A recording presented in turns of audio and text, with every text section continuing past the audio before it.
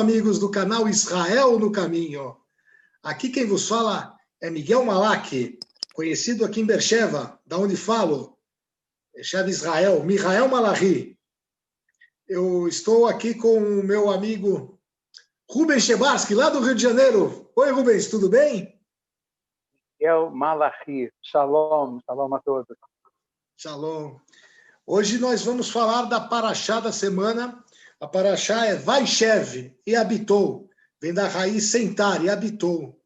E a paraxá de hoje, o Rubens, começa a falar da vida de José. José, acho que foi o primeiro CEO do mundo, né?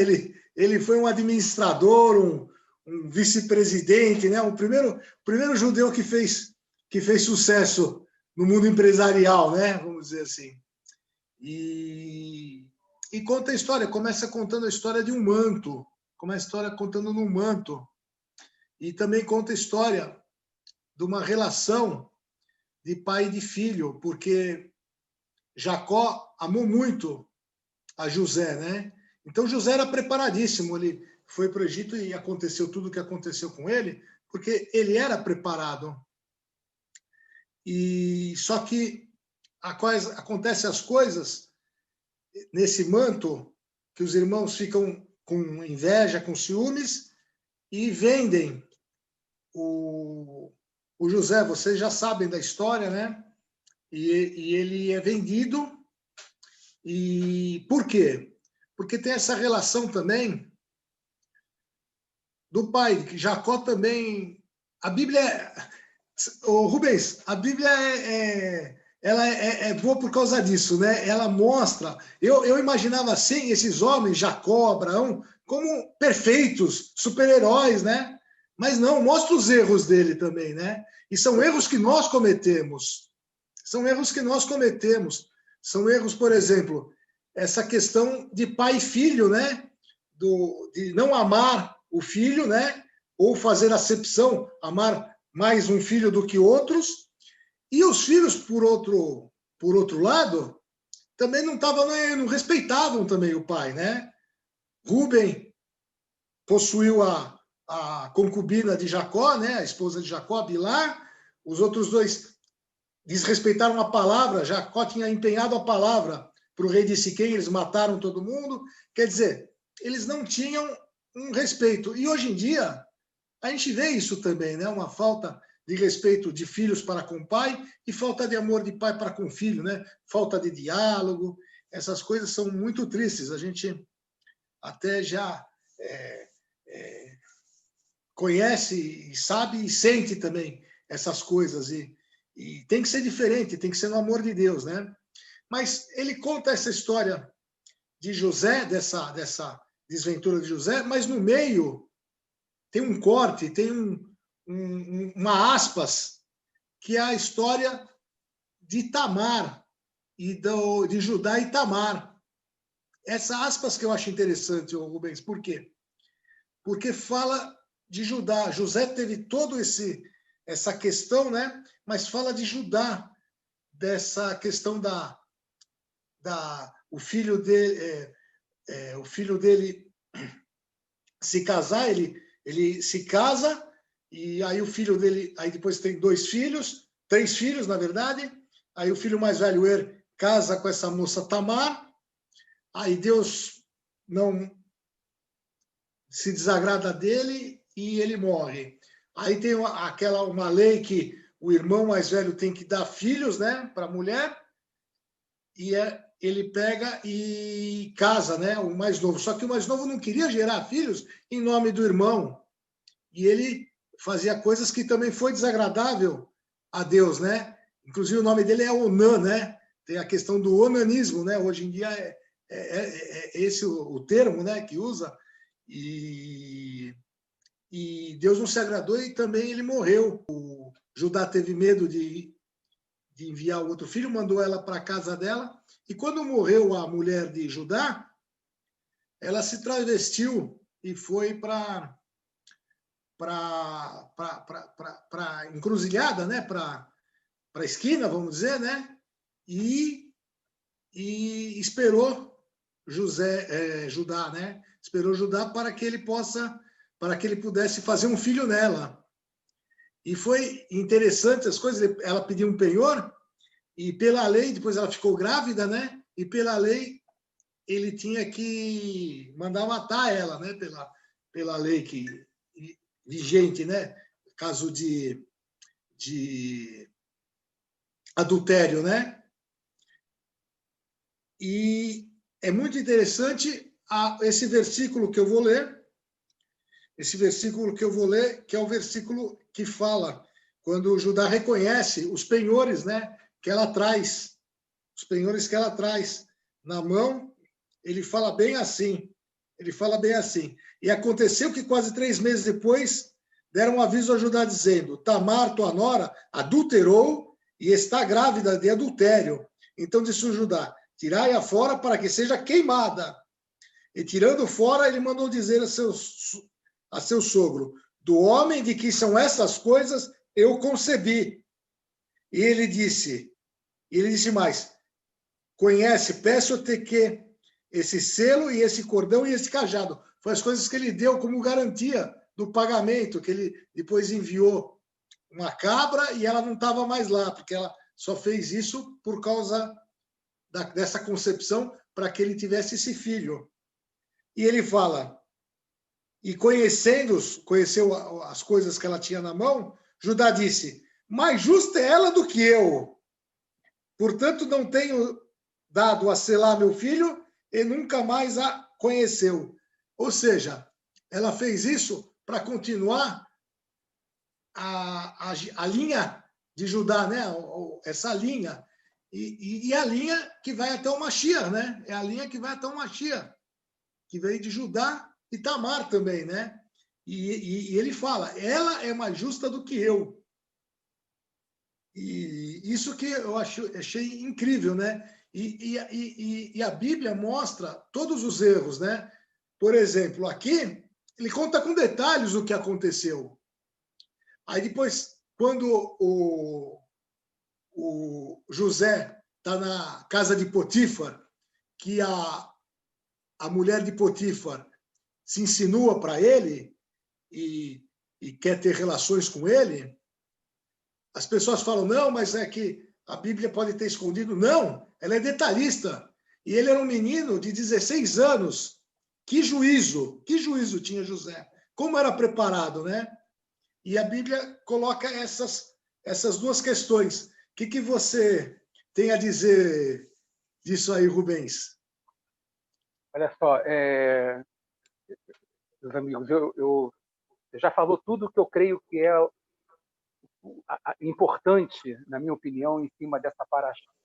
Eu vou aproveitar a deixa, já que você terminou, primeiro falou um pouco de José e depois veio para esse, vamos dizer assim, esse hiato, essa lacuna que aparece em Gênesis 38, falando de Tamar, né? E porque também me chamou muito a atenção essa história de Tamar e Judá, né? A maneira como isso tudo aconteceu. Mas só para completar, então, essa questão dessa passagem, eu creio que o desejo do Espírito Santo ao inspirar Moisés a escrever essa passagem está ligado, na verdade, a toda geração que vem até o Mashiach, como você falou. Mais do que isso, quando você pega a genealogia real, a genealogia legal, que está lá em Mateus, no capítulo 1, e que começa, né, em Abraão e vem até Yeshua, você pode notar que todos pensam assim, é a linhagem de Israel, são todos israelitas. Não. O que é importante você verificar com Tamar, porque, veja, ela teve gêmeos, ela acabou tendo gêmeos. Aliás, como Deus gosta de gêmeos, né? Quando a gente se lembra de Jacó e Esaú, Deus se amarra nos gêmeos. E ela teve 2 gêmeos, um se chamou Perez e outro se chamou Zerá. E vê o que a Bíblia fala, eu anotei aqui, dizendo o seguinte, pois bem, Tamar gerou a Perez, gerou Esrom, que gerou Salmão, que de Raabe gerou Boaz, que de Ruth gerou Obed, que gerou Jessé, que gerou ao rei Davi e que de Betsabá gerou a Salomão. Então, essa é a verdadeira genealogia. Eu quero que vocês prestem atenção que existem 4 mulheres no meio dessa geração que não são israelitas. Raabe era cananita. Ruth era moabita. Betsabá era mulher de Urias, que era heteu, logo ela era hitita. E Tamar era cananita também. Então, isso mostra que Deus não é um Deus de acepção. A graça de Deus, a glória de Deus, a cruz de Cristo, ela está disponível para todo aquele que nele crê, para que venha, para que receba a salvação e receba a vida eterna. Então, isso é o que eu vejo de importante em toda essa história que você falou de Tamar e de Judá. Com relação ao primeiro texto, o que me chamou muita atenção, que eu quero falar aqui, Miguel e amigos, é o seguinte. Essa é uma paraxá que começa nos sonhos de José, mas eu queria escolher o texto de Gênesis 37, de 17 a 20, como base dessa paraxá, que diz o seguinte: disse-lhe o homem, foram-se daqui, pois ouvi-os dizer, vamos a Dotã. Então seguiu José atrás dos irmãos e os achou em Dotã. De longe o viram, antes que chegasse, conspiraram contra ele para o matar. Antes que chegasse, conspiraram contra ele para o matar. O que isso nos lembra? E dizia um ao outro, vem lá o tal sonhador. Vinde, pois, agora vamos matar esse cara e vamos lançar numa dessas cisternas e vamos dizer, um animal selvagem o comeu. E vejamos em que lhe darão os sonhos. Vamos ver se realmente os sonhos dele vão se cumprir. É certo que, nesse contexto, Miguel, Jacó está simbolizando o pai. E José é um tipo evidente de Cristo, do Filho. Exatamente. No versículo 14 desse texto de Gênesis 37, a gente lê que Jacó diz o seguinte para ele, para José: veja se teus irmãos estão bem e me traga notícias. Veja, isso fala do cuidado de Deus com os seus filhos. Ele disse, é como se o pai dissesse a Jesus, vai à terra e veja se meus filhos estão bem. E então ele envia o filho amado. E o filho amado, nós sabemos que José representa o filho amado. Não é que Jacó não amasse os outros, mas havia o filho amado, como ele fala de João, como ele fala de Daniel, né? Então, esse José aqui está representando claramente Jesus. Então, José vai atrás dos irmãos e a primeira coisa que pensaram era uma forma de como acabar com a vida dele, de como matá-lo. Então, a partir desse contexto, a gente entende João 1,11, que diz que veio para o que era seu, mas os seus não o receberam. Mas a todos quantos o receberam, deu-lhes o poder de serem chamados filhos, aos que creem no seu nome. O verso 20 desse texto diz, matemo-lo e lancemo-lo numa dessas cisternas. Isso diz exatamente como aquela parábola dos lavradores maus, que está lá em Mateus, no capítulo 21. Veja, aquela parábola diz assim, havia um homem que tinha plantado uma vinha, tinha construído um lagar, e ele tinha arrendado a uns lavradores. Depois ele saiu fora, se ausentou do país. Depois, no tempo da colheita, ele enviou os servos aos lavradores para receber os frutos que tinha direito. Mas os lavradores, agarrando os servos, espancaram a um, mataram o outro e a outros apedrejaram.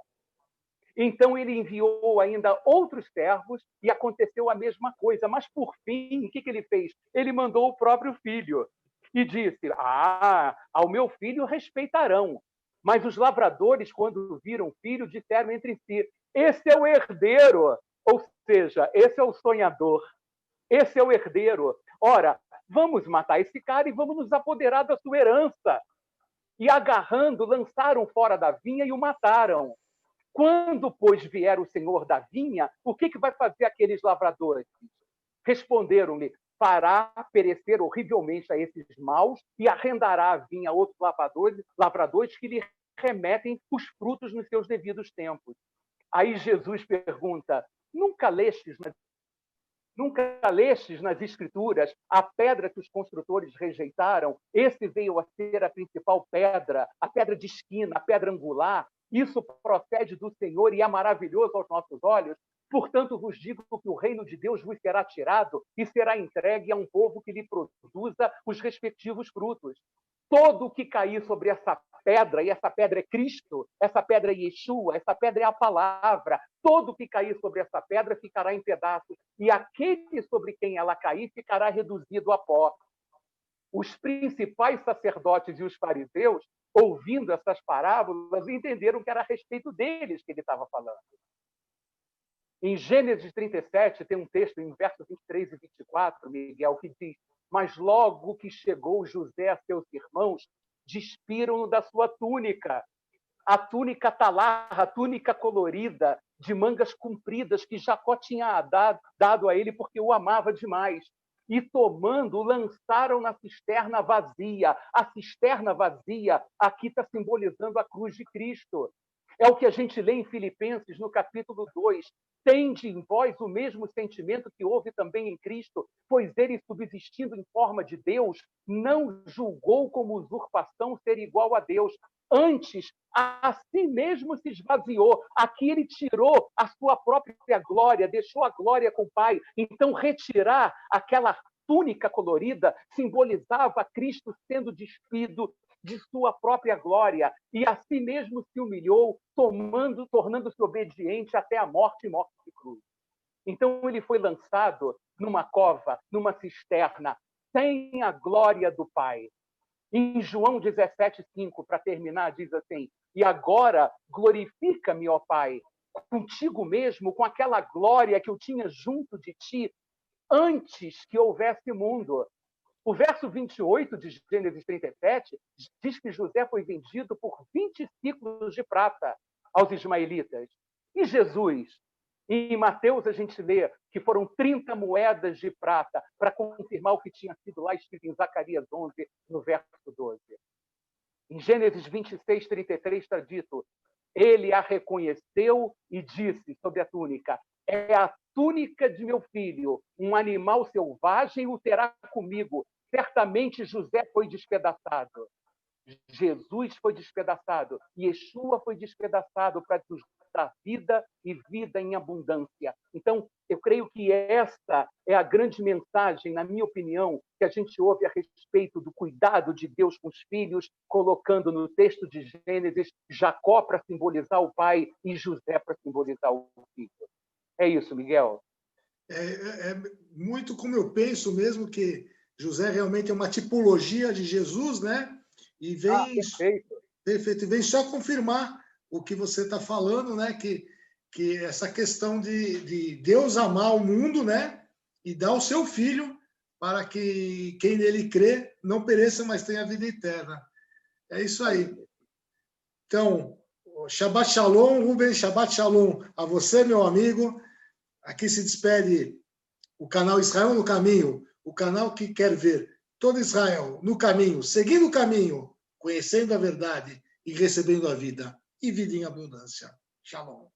Shabbat Shalom.